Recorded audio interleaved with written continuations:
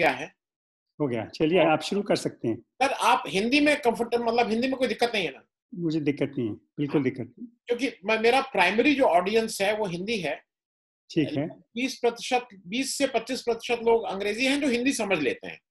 ठीक है। तो और ये चूंकि हम रिकॉर्ड करके कल इसको प्रीमियर करेंगे, इसलिए वो वाला कोई नहीं है कि लाइव है तो वो है। मतलब अगर कहीं आप हो तो आप रुक भी सकते हैं। सर शुरू करना है सर? करिएगा। नमस्कार। लाइव में आप नमस्कार। सबका स्वागत है।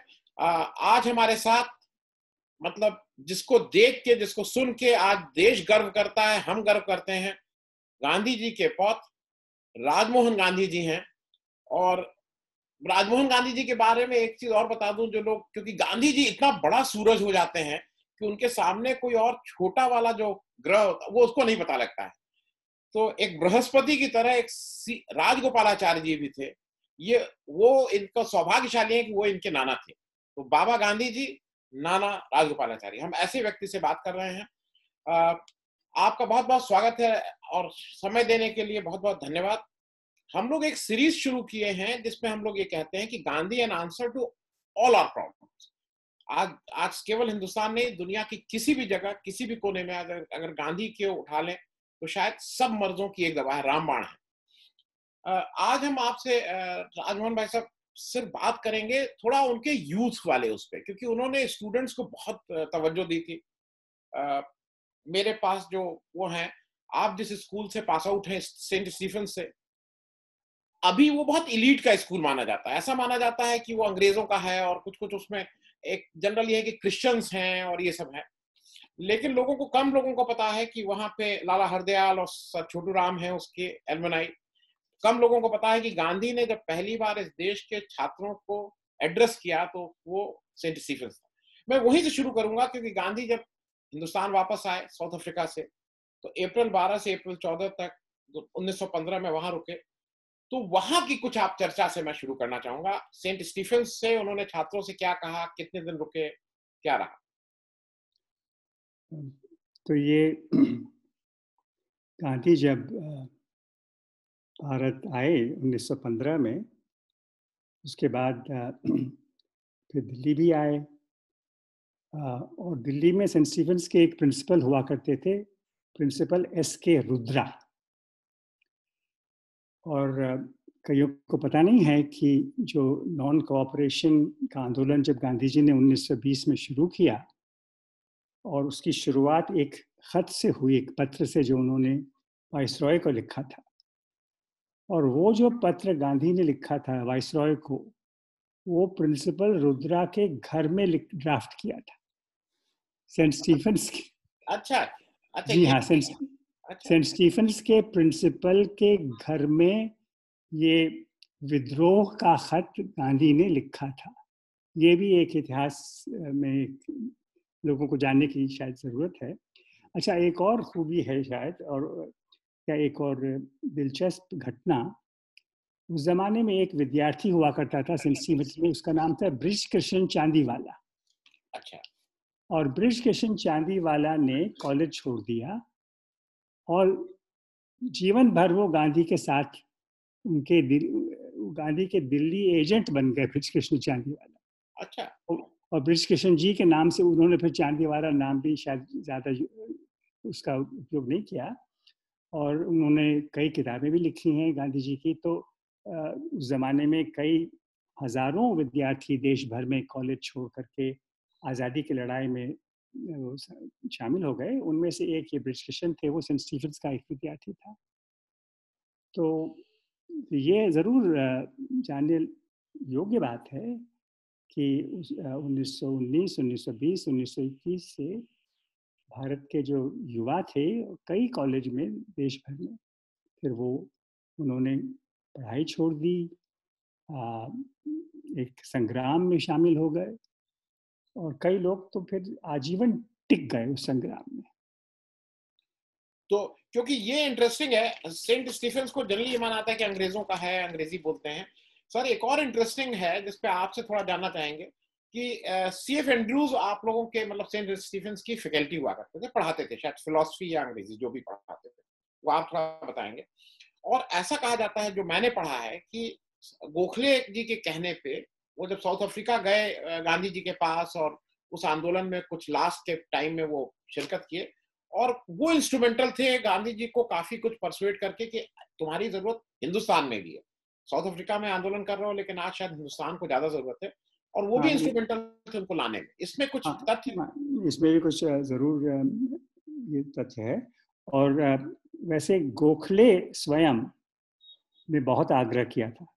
गोखले जी भी साउथ अफ्रीका 1912 में गए थे। गांधी जी तो गोखले जी को बुला रहे थे कई सालों से साउथ अफ्रीका में। आप देखो कि वहाँ के भारतीय लोगों की क्या दशा है। तो गोखले ने तो बहुत ही आग्रह किया गांधी जी से कि आपकी ज़रूरत तो हिंदुस्तान में है। एक और बात शायद जानने लायक है कि 1901 में जब गांधी जी कुछ महीनों के लिए साउथ अफ्रीका से भारत आए थे, तो वो गोखले के घर रुके थे। कलकत्ते में गोखले का घर था। उस समय कलकत्ता कैपिटल था। हाँ। गोखले वायसरॉय की कुछ काउंसिल के सदस्य थे, तो उनका एक घर था, ऑफिशियल घर था कलकत्ते में। तो गांधी जी वहाँ रुके थे। गांधी जी तो बहुत युवा थे, वैसे गोखले जी उनसे सिर्फ 3 ही साल बड़े थे। तो जब गोखले के घर में गांधी जी रुके थे, तब इनका जो संबंध था वो बिल्कुल एक मजबूत हो गया। और गोखले जी समझ गए कि इस इंसान में कुछ खास चीज़ है, तो वो भी आग्रह करने लगे कि आप हिंदुस्तान आओ। लेकिन आपका कहना बिल्कुल ठीक है कि एंड्रूज ने भी ये आग्रह किया और गांधी जी से कहा कि आओ। तो ये बिल्कुल सही है कि एंड्रूज के कहने पर भी गांधी जी को और भी एक कारण मिला भारत वापस आने का। तो वो भारत आए और टैगोर से मिले। फिर ये जो महात्मा मुंशीराम पहले कहलाए जाते थे, बाद में स्वामी श्रद्धानंद जी बने, अच्छा। उनसे भी मिले गांधी जी हरिद्वार के पास। हाँ। और सेंट स्टीफेंस में प्रिंसिपल रुद्रा से मिले। और ये भी देखी जाने लायक बात है कि प्रिंसिपल रुद्रा ने गांधी जी की मुलाकात हकीम अजमल खां और डॉक्टर M.A. अंसारी से करवाई। दिल्ली के बहुत बड़े नेता थे उस जमाने में। तो आप कह रहे हैं कि माना जाता है कि सेंट स्टीफेंस अंग्रेजों का है, क्रिश्चियन का। सही है कि उस समय अंग्रेज तो खैर, अंग्रेजों का प्रभाव तो काफी कम आज़ादी से पहले भी हो गया था। लेकिन ये सही है कि क्रिश्चियन इंस्टीट्यूशन है अब भी। लेकिन शुरू से आज़ादी की लड़ाई में सेंट स्टीफेंस कॉलेज का अच्छा योगदान रहा है। और जैसे मैंने आपको बताया, प्रिंसिपल रुद्रा और प्रोफेसर एंड्रूज और भी कई लोग सेंट स्टीफेंस के, तो आपने भी कुछ नाम उसमें दिए हैं। जी, जी। मैं ये इसलिए आपसे कह रहा था क्योंकि अभी हम आगे चलेंगे तो थोड़ा बादशाह खान की बात करेंगे। गांधी का सबसे बड़ी जो जो मुझे ताकत आज की तारीख में लगती है कि सीएफ एंड्रूज क्रिश्चियन थे, और गांधी से ऐसा भी कहा जाता है कि सीएफ एंड्रूज बहुत प्रभावित हुए थे जो उनकी क्रिश्चियनिटी और उसपे जो उनकी उनका जो पकड़ थी और जितना अध्ययन था उसका, क्योंकि उन्होंने वो इम्प्रेस हुए थे इससे कि एक नॉन क्रिश्चियन जो एक प्रैक्टिसिंग हिंदू है, वो क्रिश्चियनिटी को इतने इतनी इतने करीब से जानता है। हाँ, और गांधी जी के दिल में क्रिश्चियनिटी के प्रति सिर्फ जानकारी ही नहीं, एक आदर भी था। जी। और उन्होंने, जब वो लंदन में ही विद्यार्थी थे, तो उन्होंने बाइबल भी पढ़ना शुरू किया, गीता भी पढ़ना शुरू किया। बल्कि ये भी सही है कि उस समय वो रामायण अच्छी तरह से जानते थे जी। और कई भजन अच्छी तरह से जानते थे। लेकिन गीता का अध्ययन उन्होंने बाइबल की पढ़ाई के बाद किया। ये भी एक जानने लायक बात है। अच्छा। लेकिन हाँ, लेकिन किया उन्होंने। और गांधी जी तो ये शुरू से ही उनके दिल में ये बात आ गई कि दुनिया में कई किस्म के लोग हैं, कई धर्म भी हैं। लेकिन एक गांधी जी के मन में बात पहले से ही आ गई और उनके अंतिम दिन तक वो रही कि ईश्वर तो एक है और कई लोग उसको अलग अलग नाम से पुकारते हैं। शायद ये भी मैं बताना चाहूँगा कि जब एक बार वो इंडिया से साउथ अफ्रीका जहाज़ में जा रहे थे अपने परिवार के साथ, और बाकी कई हिंदुस्तानी भी इस जहाज़ में थे, और जब साउथ अफ्रीका के पास ये जहाज़ पहुंचा तो एक बहुत ज़बरदस्त तूफान आया और ऐसा लगा कि जहाज़ तो डूबने वाला है। तो उस समय युवा गांधी थे, शायद 25-26 साल की उम्र थी। तो उन्होंने देखा कि सब लोग प्रार्थना कर रहे हैं, चिल्ला रहे हैं अलग अलग नाम से पुकार रहे हैं, बचाओ बचाओ बचाओ। कुछ हिंदू और जैन और पारसी और मुस्लिम भाई, क्रिश्चियन भाई। तब गांधी जी के मन में आया कि सचमुच में एक ही है ऊपर वाला, परमात्मा, ऑलमाइटी, जो जिसको सब लोग पुकार रहे हैं। तो चाहे क्रिश्चियन हो या मुसलमान हो, हिंदू हो, किस्म किस्म के हिंदू भी हैं और किस्म किस्म के हम भगवान के नाम से उसे याद रखते हैं। तो ये कि हर एक इंसान जो है इस दुनिया में, हाँ कुछ ज़रूर ऐसे भी हैं जो ईश्वर में नहीं भी मानते हैं, उस ज़माने में भी थे, आज शायद कुछ और भी ज़्यादा हैं, लेकिन जो लोग ईश्वर में मानते हैं अलग अलग नाम से पुकार। इसलिए गांधी जी को क्रिश्चियनिटी पढ़ने में, इस्लाम समझने में, बौद्ध धर्म समझने में कोई दिक्कत बिल्कुल नहीं। उनके लिए तो ये स्वाभाविक ही बात थी। इसी से मैं थोड़ा छात्र वाली बात और थोड़ी देर कर लूं, क्योंकि गांधी का जो पहला बीएचयू में जब मदन मोहन मालवीय ने उनको स्थापना के समय बुलाया और 4 फरवरी को उनका प्रसिद्ध भाषण है जहां पे एनी बेसेंट उनसे कह रहे थे भाई इनको मत बुलवाओ, इनको ये क्या वो कर देंगे, इतने राजा महाराजा बैठे हैं, उनको उन्होंने कहा कि भाई रोक दो, रुक जा, बस करो। और वाइसरॉय के सामने मालूम नहीं क्या कह देंगे। और उन्होंने वहां का वो मैं थोड़ा आपसे समझना चाहता हूँ, उन्होंने तो बहुत छात्रों को बहुत आंदोलित किया था वहां जो उनका भाषण था। 1916 की बात है और ये बहुत उनका एक काफी ऐतिहासिक भाषण है और वो सब किताबों में मिल सकता है, कलेक्टेड वर्क्स में है। तो एक तो उनकी ये शिकायत थी कि ये जो राजा महाराजा रानियां वगैरह जो बैठी थी मंच पर, इतने सारे उनके विभूषण थे। तो गांधी जी ने कहा ये कि आज हमें जो भारत है गरीब देश है, तो एक उन्होंने ये भी उसका ये जो कॉन्ट्रास्ट हुआ उस पर उन्होंने नजर डाली। फिर और क्योंकि वाइसरॉय था या आने वाला था तो बहुत ही सिक्योरिटी थी। तो गांधी जी ने उसका भी उल्लेख किया कि ये क्या है कि अगर आपको इतनी सारी बंदूकों की जरूरत है तो कैसा है आपका राज्य। और फिर तो इस प्रकार उन्होंने जो बिल्कुल आज़ादी से बिना किसी कोई चिंता के अपने विचार व्यक्त किए, तो कई लोग प्रभावी हुए। और उनमें से 2 नाम शायद मैं आपको बताना चाहूँगा जो जिनका गांधी से रिश्ता उस भाषण से शुरू हुआ। एक तो विनोबा भावे। अच्छा। हाँ, और दूसरे घनश्याम दास बिरला। अच्छा। हाँ। तो विनोबा भावे ने कहा कि जब वो उन्होंने बनारस का जो भाषण पढ़ा अखबारों में, तो उन्हें लगा कि इस आदमी में शांति भी है और क्रांति भी है, ऐसा विनोबा ने कहा, ऐसा उन्हें लगा। और फिर बिरला का भी कुछ ऐसा ही। बिरला शायद एक तरह इससे पहले भी मिल चुके थे गांधी जी से, लेकिन ये भाषण को पढ़ने के बाद उन्हें लगा कि ये आदमी सचमुच शायद भारत के लिए कुछ करेगा। तो इस प्रकार ये मैंने 2 उदाहरण इसलिए दिए कि भाषण का प्रभाव कईयों पर हुआ था उस समय। मैं एक सवाल, क्योंकि उस भाषण को मैंने पढ़ा और उसमें एक सवाल गांधी जी ने और उठाया था और छात्रों से कहा था, और वो शायद अननोटिस रह जाता है स्वतंत्र भारत में उसमें, और उससे आप भी कहीं रिलेटेड हैं क्योंकि आपके पिताजी मद्रास की जो हिंदी प्रचारणी सभा थी उसके पहले अध्यक्ष हुए।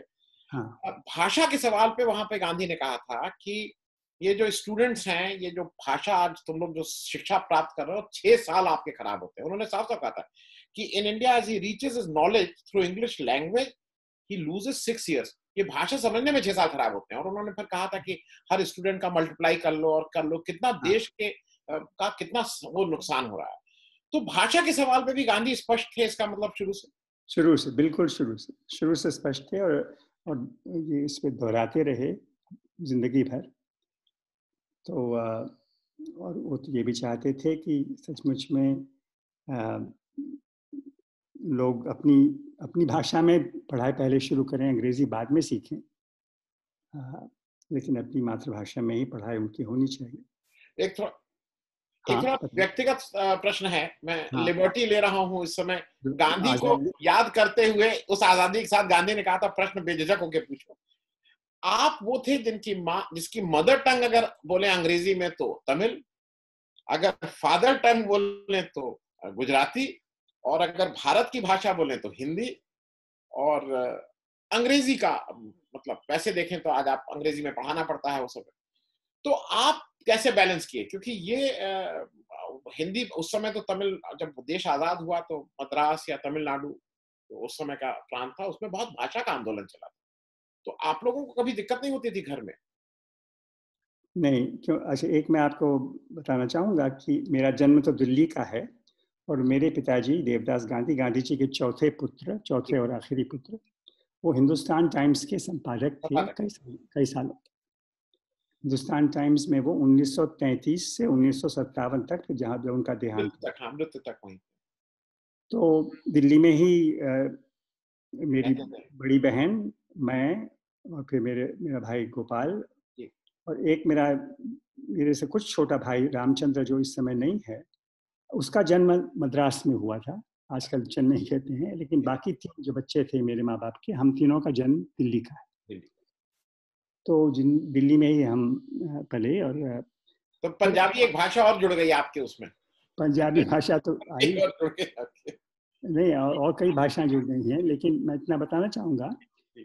कि मेरे माँ और बाप ने फैसला किया कि हम बच्चों को हिंदी में ही शुरू में उनसे बातचीत करेंगे। हमारे घर की भाषा हिंदी होगी, न गुजराती होगी न तमिल होगी, लेकिन हिंदी होगी। तो हम हिंदी में ही हमने ज़िंदगी में जो हमारा, खैर, शुरुआत हमारी हिंदी से हुई। मुझे एक दिन वो भी याद है, मुझे याद नहीं कि मेरी उस समय क्या उम्र थी। मेरी बड़ी बहन तारा मुझसे 1-1.5 साल बड़ी थी, और मुझसे मेरा छोटा भाई रामू मुझसे 2 साल छोटा था। गोपाल उस समय आया नहीं था, तो हम तीनों को मेरे माँ बाप ने बुलाया और कहा कि अगले 3 हफ्तों के लिए हम सिर्फ घर में अंग्रेजी में बात करेंगे, जी। क्योंकि हम चाहते हैं कि तुम अंग्रेजी भी सीखो। तो शुरू में तो बहुत ही अजीब लगा, क्योंकि हम हिंदी ही जानते थे, बहुत ही अच्छी तरह से हिंदी हम जानते थे, बोलते थे, और हिंदी की किताबें पढ़ते थे। रामायण महाभारत हिंदी में ही पढ़ी थी मैंने काफ़ी छोटी उम्र में।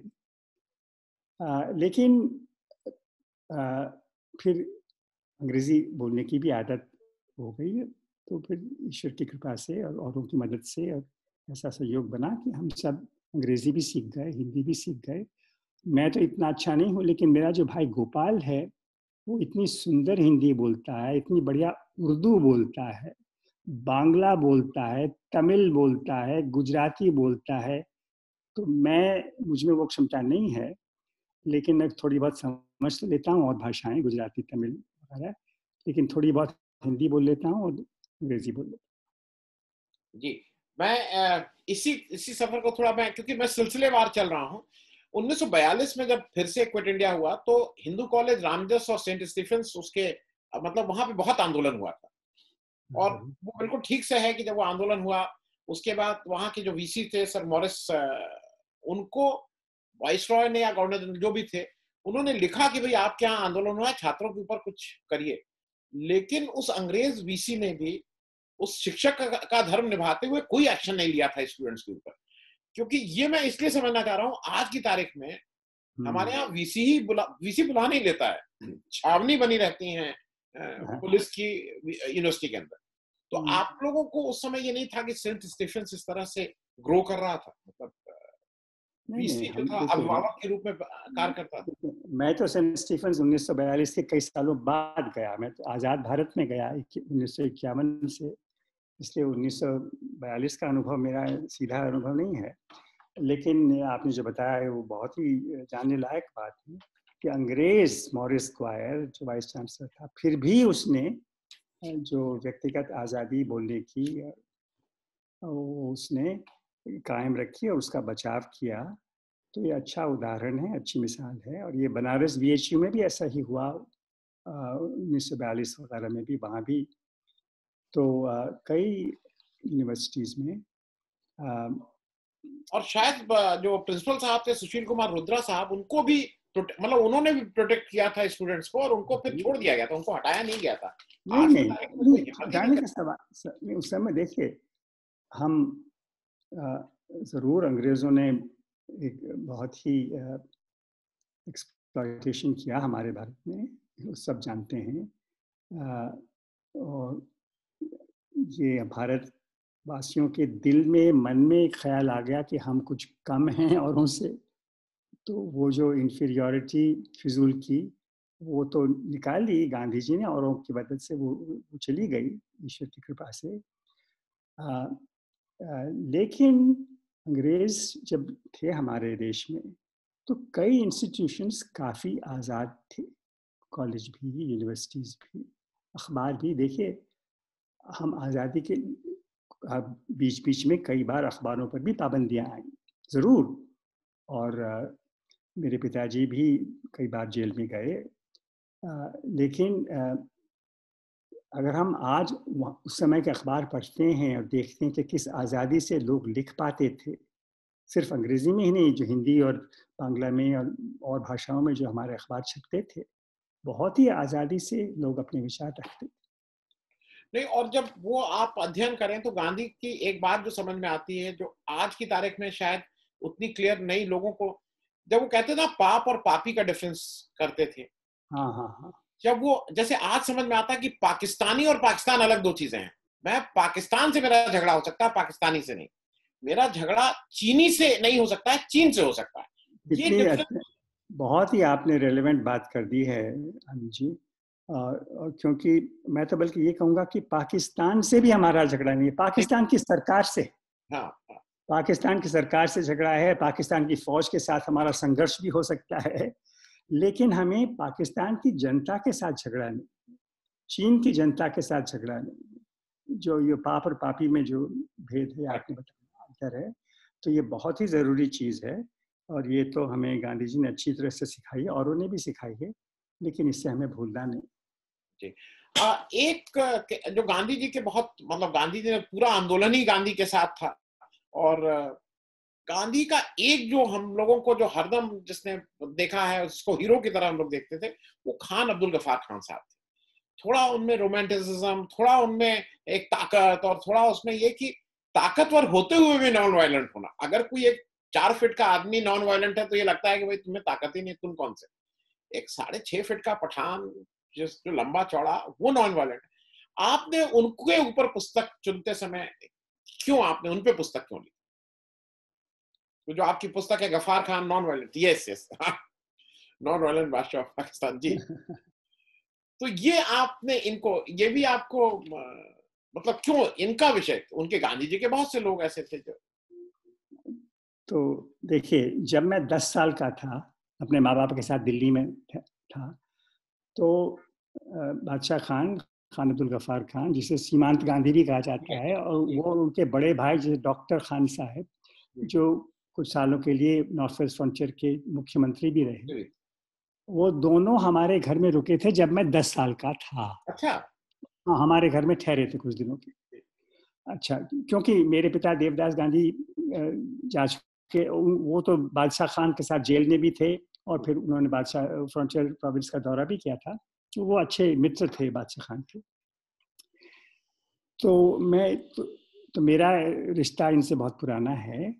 और फिर 1969 में जब गांधी सेंचुरी हुई, तो उस समय बादशाह खान तो एग्जाइल में थे, काफ़ी बूढ़े हो गए थे, लेकिन उन्हें भारत की सरकार ने बुलाया था, और वो अफगानिस्तान से भारत आए थे और देश भर में गए। और उस समय उन्होंने बहुत स्पष्ट भाषा में हमारे देश की सरकार को भी समझा कि देखो आप क्या कर रहे हैं, क्या नहीं कर रहे हैं। बहुत ही सीधे शब्दों में उन्होंने बात की। और फिर 1987 में वो आए, फिर तो काफ़ी बहुत ही बीमार हो गए थे। इस समय उनकी उम्र 97 साल की हो गई थी। जी जी। और उस समय मैं बम्बई में था, वो बम्बई में राजभवन में रुके थे, तो मैं उनसे मिलने गया था। और तो जैसे ही उनके कमरे में मैंने खटखटाया और दरवाज़ा खोला, तो उन्होंने कहा कि आओ। और फिर उन्होंने मुझे, वो बिस्तर पे लेटे हुए थे, बीमार थे, तो उन्होंने बिस्तर के सिरे पर मुझे बैठने को कहा, और फिर उन्होंने अपने हाथ से मेरे सिर को अब उनके सिर के पास खींचा, और मैं उनके सिर के बिल्कुल नज़दीक पहुंचा। और फिर मैंने देखा कि उनकी जो नाक है वो शायद 9 इंच लंबी है, ऐसा मुझे लगा। अच्छा, इतनी लंबी नाक थी वो। फिर उन्होंने मेरे माथे पर मुझे किस किया, जी, और क्योंकि उनमें इतना प्रेम था, जी, तो ऐसा मेरा उनसे रिश्ता रहा है। लेकिन क्योंकि मैंने कुछ पढ़ाई भी की है, इतिहास पढ़ने की कोशिश की है, भारत की आज़ादी की, भारत की पार्टीशन वगैरह की, और बादशाह खां की जो भूमिका थी, जो भयंकर भूमिका है, उसका मैंने अध्ययन किया। और देखिए, 12 साल अंग्रेजों की सरकार में जेल में रहे, 15 साल पाकिस्तानियों की सरकार में जेल में रहे, तो 27 साल ये जेल में रह चुके हैं। हाँ, और आपने बताया कि अहिंसा के बारे में, तो ये शेर था, लेकिन अहिंसक शेर था। लेकिन अहिंसा के साथ साथ ये कहता था कि हिंदू और मुसलमान और ईसाई और सिख एक साथ रह सकते हैं। टू नेशन थियरी के बिल्कुल वो खिलाफ थे, खिलाफ, गांधी खिलाफ थे और अब्दुल गफ्फार खान खिलाफ। खान खिलाफ, जी, और फिर और हिंदुओं को, सिखों को बचाने की उन्होंने, उनके बड़े भाई ने इतनी ज़बरदस्त कोशिश की फ्रंटियर प्रोविंस में, उस ज़माने के सब लोग उसे जानते हैं। और देखिए एक और बात, पिछले कई सालों में क्योंकि एक्सट्रीमिज्म वहाँ भी आया है, तो कई बादशाह खान के जो अनुयायी हैं इस समय, जो हिंदू मुस्लिम एकता की बात करते हैं, जो कहते हैं कि हम सब एक साथ रह सकते हैं, कि पाकिस्तान और भारत में दोस्ती होनी चाहिए, इन विचारों की वजह से बादशाह खान के अनुयायियों पर हमला होता है, मारे भी जाते हैं, एक्सट्रीमिस्ट उन्हें मारते भी हैं, लेकिन हम भारत में उन्हें याद भी नहीं करते। जी, ऐसे लोग जो मारे जा रहे हैं दोस्ती के लिए, हिंदू मुस्लिम दोस्ती के लिए, जब वो और बादशाह खां के अनुयायी, तो भारत में ऐसी जब खबर आती है तो इस पर हमें, इस खबर को हमें शेयर करना चाहिए और अपने विचार इस पर व्यक्त करने चाहिए। मैं 69 की बात, क्योंकि मैं ये भी करना चाह रहा हूँ कि मेरे जो दर्शक देख रहे हैं उनको कुछ मैं फिल इन द गैप्स कर दे रहा हूँ। हाँ जी, करिए। 69 में जब गांधी का 100 साल मनाए जा रहे थे उनके जन्म शताब्दी के, तो बादशाह खान को जब बुलाया गया तो जेपी को इंदिरा गांधी ने कहा था, क्योंकि ये इन लोग के आपस के विरोध होते हुए भी उस समय के नेताओं में जब देश की बात आती थी, हम्म। जब क्योंकि मैं बादशाह खान की वजह से मुझे जैसे मेरे रोंगटे खड़े हो जा रहे हैं। हम्म। जब जब देश की बात आती थी तो ये सब एक एक थे। और जब जेपी, ये अभी भी वो कई जगह उदाहरण है कि जब ये उतरे वहां से जहाज से और इनकी गठरी इंदिरा गांधी लेने लगी, प्राइम मिनिस्टर थी, नहीं नहीं आप ना उठाइए, तो उन्होंने कहा अब इसको तो छोड़ दो, बाकी क्या छोड़ा है सब तो चला गया। और वो फिर, और जो पार्लियामेंट में इन्होंने बोला था वो, क्योंकि मैंने आप ही की किताब से उसको लिया है, कि जब इन्होंने पार्लियामेंट में कहा था कि you are forgetting Gandhi the way you forget the Buddha, तुमने बुद्ध को जैसे भुला दिया था। और शायद वो आज वही बात कह रहे थे जो आज लग रहा है, क्योंकि गांधी को हम लोगों ने फोटो फ्रेम में डाल के कहीं रख दिया है। मैं एक चीज इससे रिलेटेड और था, जब ये 47 में जब हो गया पार्टीशन, उसके बाद मतलब आपको, क्योंकि बहुत छोटे थे लेकिन पिता से पता, गांधी का बादशाह खान के प्रति उनका क्या, उन्होंने क्या सोचा भाई, एक तरह से एक आपने अपने एक हिस्से को अलग कर दिया था, तो नहीं, गांधी का बादशाह खान के प्रति क्या उस समय था, गांधी जी क्या को तो सोच। बहुत ही दुख और अफसोस हुआ कि उन्हें, देखिए, पार्टीशन को गांधी जी ने बहुत दुख के साथ स्वीकार किया, स्वीकार तो कर लिया अंत में।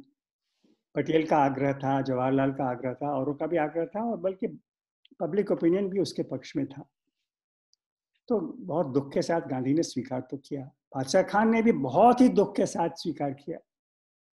लेकिन बादशाह खान को मालूम था कि उनकी हालत बहुत बुरी होने वाली है नए पाकिस्तान में, क्योंकि उन्होंने तो विभाजन का विरोध किया था।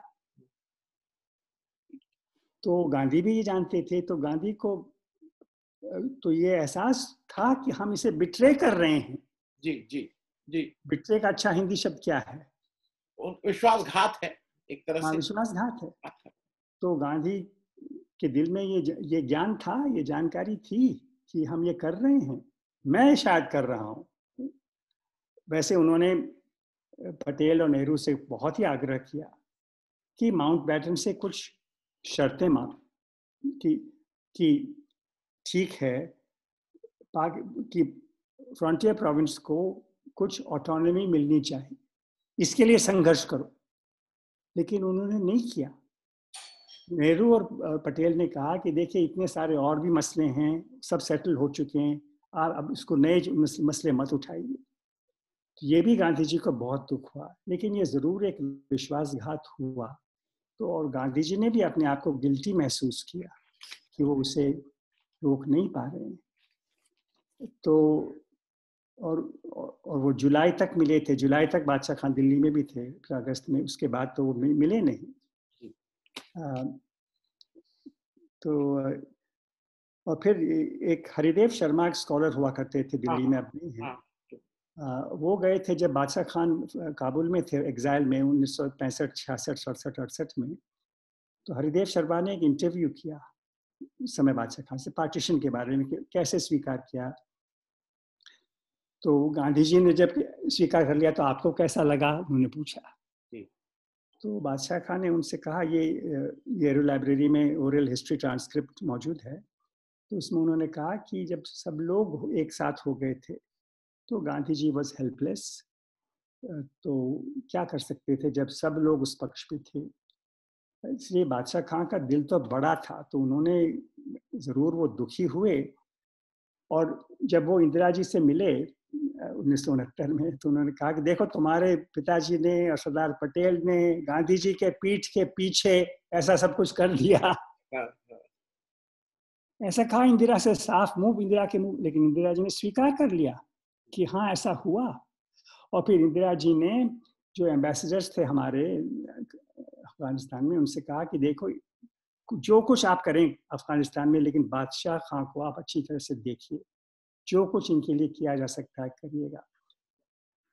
ये कुछ इतिहास। जी, मैं इसलिए ये कह रहा था कि शायद सीमान, मैंने जितना पढ़ा, अकेला व्यक्ति जो गांधी के बाद अगर कोई व्यक्ति मुझे मिला जिसके मन में कभी किसी के प्रति कड़वाहट नहीं थी, क्योंकि अगर हिंदुस्तान आ रहे थे, उन्होंने कभी हिंदुस्तान आके पाकिस्तान को गाली नहीं दी, उन्होंने कभी गांधी और पटेल और नेहरू के बारे में कभी अपना खराब नहीं कहा आए। मुझे तो ये लोग, क्योंकि ये सबसे नियरेस्ट टू गांधी अगर थे तो बादशाह खान थे, क्योंकि वो कड़वाहट उनके मन में कभी नहीं रही। ये आपने बहुत सही बात की और बहुत जरूरी बात की कि दुखी जरूर हुए और कुछ समय के लिए तो उन्हें बहुत ही बुरा लगा। अच्छा, और कड़वाहट अगर जारी रहती है, कायम रहती है, दिल में रुकती नहीं, बाहर से निकलती नहीं है, अगर हम उसके बारे में जिसके प्रति हमें दुख है सीधे बात ना करें, क्योंकि इन्होंने इंदिरा जी के सामने बात कह दी, तो उसके बाद कड़वाहट कैसे रह सकती। तो उन्होंने मुंह पे कह दी कि भाई मुझे ऐसा लगा। तो वो स्पष्टवादी थे और वो कोई चीज़ छुपाते नहीं थे। और लेकिन वो ये भी गांधी की तरह, गांधी जी भी कहते थे कि हम अंग्रेज़ों के खिलाफ लड़ रहे हैं और सिर्फ हम अहिंसा से ही नहीं लड़ेंगे, लेकिन हमारे दिल में नफरत नहीं होनी चाहिए। तो वो नफरत के भी दुश्मन थे, सिर्फ हिंसा के ही नहीं, नफरत के भी दुश्मन थे। और बादशाह खान में भी ये जबरदस्त खूबी थी। मैं इसी में एक चीज और ऐड करूं, अभी रिसेंटली एक 10-5 दिन पहले कहीं बात ये हुई कि, और किसी हिंदुस्तान के किसी बड़े पत्रकार ने कहा, अभय दुबे अगर मैं नाम नहीं हूं तो, एक गांधी की जो सबसे बड़ी बात है और आज की कंटेम्प्रेरी में, कि सन 42 में जब भारत छोड़ो हुआ, क्विट इंडिया, तो उस समय अंबेडकर साथ नहीं थे, आरएसएस साथ नहीं थी, सावरकर साथ नहीं थे, सीपीआई साथ नहीं थी, लेकिन उस पूरे मूवमेंट में गांधी ने एक बार भी इन लोगों को देशद्रोही, राष्ट्रद्रोही, अंग्रेजी परस्त नहीं कहा। और जब देश आजाद हुआ तो इन सबको एक साथ रखने की कोशिश की, अंबेडकर को लाए, कॉन्स्टिट्यूएंट असेंबली में लाए, कैसे, ये शायद उनको महामानव बनाता है। तो आज हम लोग क्यों, आज तो हम अगर ये कह देना कि मैं आपकी बात से वो नहीं हूं, तो मुझे मालूम नहीं क्या पदवी मिल जाएगी। ये डेटोरेशन क्या हिंदुस्तान का कहीं ना कहीं हुआ है? देखिए दुनिया भर में हो रहा है, हिंदुस्तान में भी हो रहा है। तो आज राजनीतिक मतभेद इतने हो जाते हैं कि हम अपने रिश्तेदारों से बात नहीं कर सकते हैं। जी जी जी, की बात नहीं सुनते हैं, गुस्सा हो जाते हैं। तो लेकिन ये हमें शायद गांधी और बादशाह खां की बात हमें समझनी चाहिए कि लोग अपनी राय रखें, लेकिन हमारे अगर संबंध हैं, एक देश के सदस्य हैं, हमें साथ इस दुनिया में रहना है साथ, तो दुश्मनी से काम नहीं चलेगा। लेकिन मैं फिर दोहराना चाहूँगा कि ये जो टू नेशन थियरी है ना, जी जी कि हिंदू और मुसलमान साथ नहीं रह सकते हैं, ये जो थियरी है ये सिर्फ जिन्ना साहब की नहीं थी, ये कईयों औरों की भी थी, सावरकर जी की भी थी। आज भी कई लोग कहते हैं कि हिंदू और मुसलमान साथ नहीं रह सकते हैं बराबरी के, लेकिन ये गांधी और बादशाह खान मानते थे, और नेहरू भी मानते थे, पटेल भी मानते थे, अंबेडकर भी मानते थे, मौलाना आज़ाद भी मानते थे कि हिंदू और मुसलमान और सिख और ईसाई और हर एक जात के हम लोग, दलित और ब्राह्मण और राजपूत और सब कोई, हम एक साथ रह सकते हैं। ठीक है, हमें काफ़ी संघर्ष भी करना होगा एक दूसरे के खिलाफ भी, कभी कभी हमें अपने हक के लिए लड़ना होगा, या हर एक कोई भी ऐसा ग्रुप है जिसके साथ न्याय नहीं हो रहा है उससे संघर्ष के लिए लड़ना होगा, लेकिन हम नफरत के बगैर और समझौते पर पहुंच सकते हैं, न्याय तक पहुंच सकते हैं। तो ये उन्होंने हमें सिखाया था। मैं एक थोड़ा एक व्यक्तिगत पारिवारिक प्रश्न की ओर आऊंगा, और वो मैं इसलिए कह रहा हूँ क्योंकि वो मेरे मन में कहीं ना कहीं था, और आज आप मिल गए हैं तो इसलिए पूछ ले रहा हूँ। जैसे जब मैं रामचरितमानस पढ़ता हूँ तो मुझे राम का एक बात, चाहे वो कुछ भी कह लें उसको जस्टिफाई कर लें, सीता का जिस तरह से अग्नि परीक्षा ली गई, भाई मर्यादा पुरुषोत्तम है, हाथ जोड़ता हूं, मैं रोज पूजा करने वाला हूँ, प्रैक्टिसिंग हिंदू हूँ, लेकिन कहीं ना कहीं उसमें एक मुझे कहीं ना कहीं लगता है कि ये एक बात का मेरे पास बहुत वो नहीं जवाब, उनके मर्यादा पुरुषोत्तम है। उसी तरह से गांधी की एक बात लोगों को नहीं पता, गांधी के भाई 4 बेटे थे, सबसे बड़े बेटे हरिलाल गांधी थे, सबसे छोटे देवदास गांधी थे। देवदास गांधी जी जब पैदा हुए तब तक गांधी जी हो रहे थे। हरलाल जी जब पैदा हुए तो गांधी जी नहीं थे, उनको छोड़ के आप चले गए थे साउथ अफ्रीका। और बहुत कम लोगों को ये शायद मालूम हो कि जब गांधी आए थे, गांधी के हिंदुस्तान में जेल जाने से पहले 1908 से 1911 के बीच हरलाल गांधी 6 बार जेल जा चुके थे, और वो जेल को उसमें नहीं, इस देश के आंदोलन में जेल जा चुके थे। मैं कहना ही कह रहा हूं कि जैसे वो है, कहीं गांधी जी को मुझे एक लगता है कि भाई बड़े लड़के थे, कहीं हैंडलिंग में, मतलब आप तो चूंकि आपके चाचा थे, ये प्रश्न आप ऑब्जेक्टिवली क्या इस पे इसका आंसर कर सकते हैं? कहीं ना कहीं गांधी की भी, अगर ठीक है हरलाल जी के जो भी गलती रही, लेकिन कहीं ना कहीं गांधी भी। जरूर जरूर उनकी कमजोरी रही है, उनकी असफलता है, उनका फेलियर माना जा सकता, मानना भी चाहिए, और वो खुद भी मानते थे।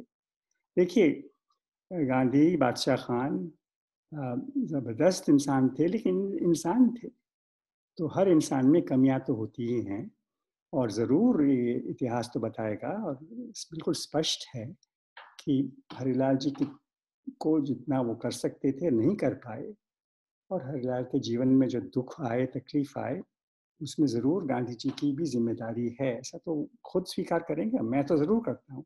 और मैंने जो गांधी जी की बायोग्राफी लिखी है वो अभी तक हिंदी में शायद नहीं आई, इसका मुझे अफसोस है। मराठी में आ चुकी है, कन्नड़ में और तेलुगु में, लेकिन हिंदी में नहीं ये आई। जो हाँ, uh, Mohandas, a true story of a man.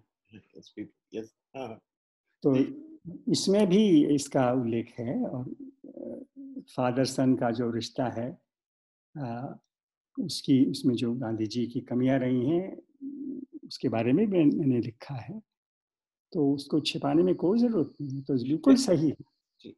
जैसे आपने कहा ना कि मानवीय थे वो सब, अंत में ये सब लोग मानव थे, और ऐसा कहा जाता है कि गांधी जी अपने परिवार से बहुत अटैच थे, टाइम नहीं दे पाते थे लेकिन बहुत अटैच थे शायद, जो परिवार के जो संबंध। समय तो हमें कम ही मिलता था। देखिए, आजकल दुनिया भर में एक फ्रेज है, काफी पॉपुलर है, फैमिली फर्स्ट।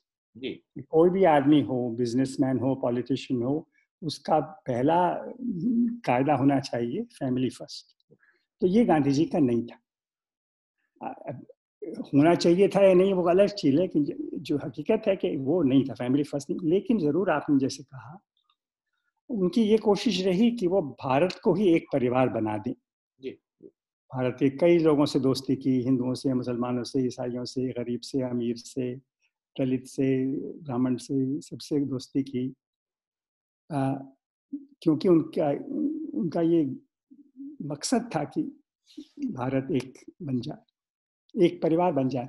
लेकिन क्योंकि वो बहुत ही मुश्किल काम था, और उस काम के लिए 24 घंटे भी पर्याप्त नहीं थे, इसलिए ज़रूर उनके परिवार को जो समय वो देना चाहते थे वो नहीं दे पाए।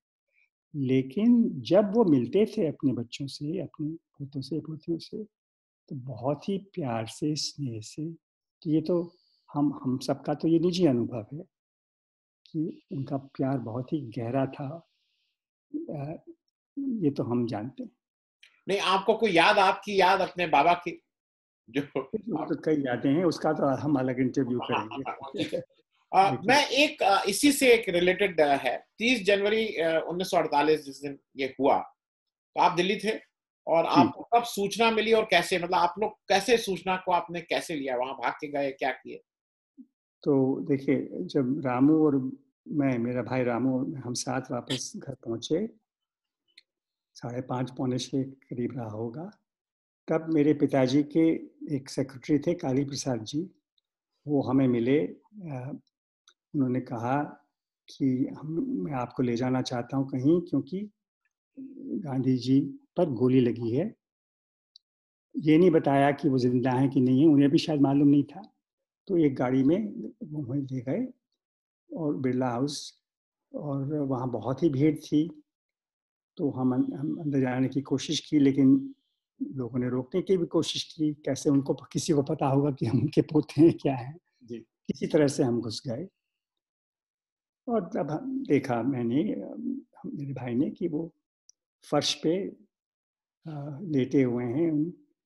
उनका शरीर फर्श पे है।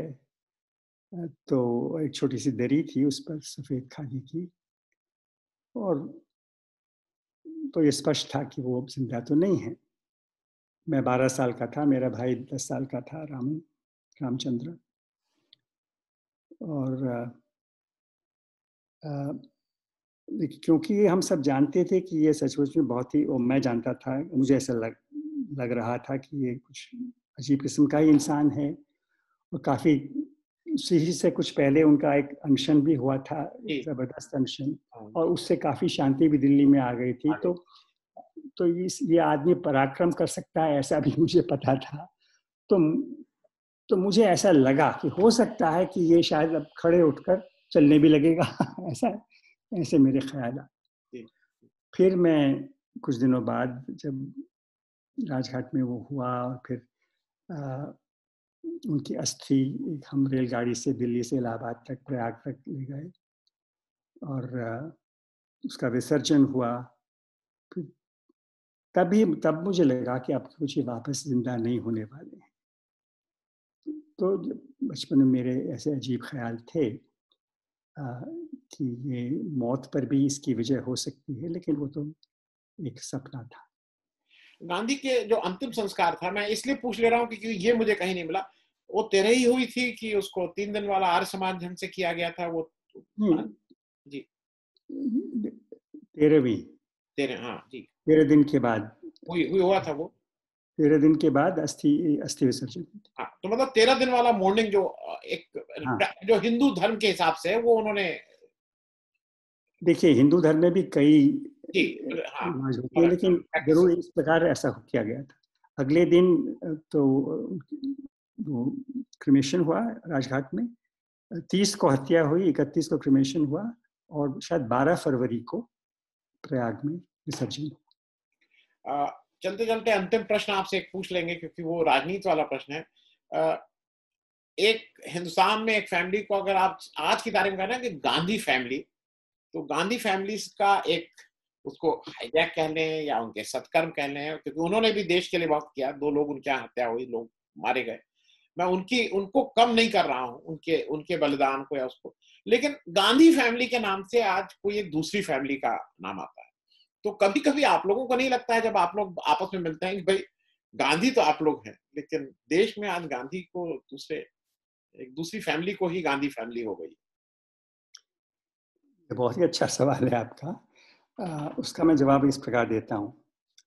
देखिए, एक तो ये है कि चाहे हम कहीं भी हों, मैं, मेरे भाई, मेरी बहन, और मेरे जो कजिन्स हैं, गांधी जी के और भी जो पोते पोतियाँ हैं, कहीं भी हम जाएं, दुनिया के किसी हिस्से में, भारत के किसी कोने में, जब उन्हें पता चलता है कि हम गांधी जी का खून हमारे में है, जो हमें स्नेह, जो हमें आदर, जो हमें दोस्ती मिलती है, तो वो एक गजब की चीज है। तो उसके लिए हमने तो कुछ नहीं किया, तो बिना हमने कुछ किया, उसके बगैर हमें जो स्नेह आदर मिलता है वो एक बड़ी चीज है। उसके लिए हम ईश्वर को, विधाता को, देश की जनता को धन्यवाद ही दे सकते हैं। ये सचमुच मैं दिल की बात कह रहा हूँ। और लेकिन इतना भी मुझे मालूम है, क्योंकि मैंने गांधी जी का जीवन का अध्ययन भी किया, कि वो चाहते थे कि वो पूरे देश के हो जाएं। वो किसी चीज को अपने लिए या अपने परिवार के लिए नहीं रखना चाहते थे। तो अगर गांधी जी सारे देश के हो गए और हमारी कुछ खास ओनरशिप गांधी जी के नाम पर या गांधी जी की लेगेसी पर, गांधी जी के काम पर नहीं है, ऐसा अगर हुआ है, तो वो तो ऐसा हुआ है जो गांधी जी चाहते थे। जी। तो गांधी जी की इच्छा पूरी हो गई है जी। तो इससे हमें सचमुच में दुख नहीं है। और अगर गांधी परिवार से ये लोग भी जाने जाते तो गांधी तो उनका जरूर नाम था। फिरोज गांधी बेचारे पारसी थे, लेकिन इलाहाबाद के थे और बहुत बढ़िया पार्लियामेंटेरियन भी रह चुके हैं। और राजीव गांधी और राहुल गांधी वगैरह, वरुण गांधी भी, ये सब इनके संतान हैं। तो और गांधी फैमिली के नाम से इनकी प्रशंसा भी होती है। आजकल ज़्यादा इनके खिलाफ भी बातें निकलती हैं। तो ये सिर्फ नाम ही नहीं मिल रहा है इनको, तो ये कुछ गुस्सा भी झेल रहे हैं ये लोग। और जैसा आपने बताया, इंदिरा जी की हत्या हुई, राजीव की हत्या हुई, देखिए मेरे दादा की भी हत्या हुई है। जी। तो मैं समझ सकता हूँ कि जब हम, कई लोग हैं आज, देखिए आजकल हमारे भारत में कई लोग हैं जिनके रिश्तेदारों की, माँ बाप की, बच्चों की, पति पत्नियों की बुरी तरह से हत्या हुई है। तो लेकिन क्योंकि इनके परिवार में ऐसा हुआ है, इसलिए मेरी सहानुभूति जरूर इनके साथ है। मुझे इससे न नाराजगी है, न ईर्ष्या है। मेरी प्रार्थना है कि ये और लोग भी देश के लिए, एक दूसरे के लिए अच्छा काम करते जाएं। जी, बहुत बहुत धन्यवाद राजमोहन भाई। आपको मैं एक कभी आगे सिर्फ सरदार पटेल पे आपसे बात करना चाहेंगे, क्योंकि आप ने उन पर किताब भी लिखी है और वो एक अपने में विषय है। क्योंकि जब सरदार पटेल की बात करेंगे तो नेहरू की भी बात करेंगे, गांधी की भी बात करेंगे। बहुत बहुत धन्यवाद। मैं ये बता दूं कि अभी मैंने एक किताब कंप्लीट की है, मैंने कंटेम्प्ररी उस पे अपने हिसाब से लिखी है। बहुत अच्छे। जी, और उसमें मैंने ये लिखा है कि शायद इस देश में गांधी सरनेम केवल बलिदान के लिए बना है। और वो अरे मैंने वाह! महात्मा गांधी, फिर इंदिरा गांधी और फिर राजीव गांधी का एक किया है कि शायद ये हो। गांधी सरनेम ने इस देश को केवल बलिदान के लिए दिया है, गाली कोई जितनी देता रहे, जैसे देता रहे। और मुझे बार बार ये लगता है कि जो आज की तारीख में नेहरू को गाली मिलती है, मेरा अपना व्यक्तिगत वो है, वो शायद इसलिए मिलती है इनडायरेक्टली, वो गांधीज्म को, क्योंकि नेहरू से ज्यादा प्रैक्टिसिंग गांधी तो आजाद हिंदुस्तान में मुझे नहीं मिला कोई जिसने अप्लाई किया गांधीज्म को। कि भारत सबका है, सबका है, और सबका अधिकार है भारत पर, और हम बराबरी होनी चाहिए सब में। इस विचार के लिए गांधी ने संघर्ष किया, नेहरू ने भी संघर्ष किया, और कई लोग संघर्ष कर रहे हैं, उसका तो हम आदर कर सकते हैं। बहुत बहुत धन्यवाद। और जैसा आपने कहा कि जहां आप जाते हैं आपको ये होता है गांधी का खून।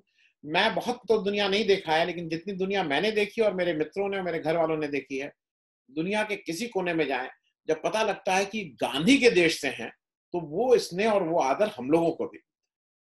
बहुत बहुत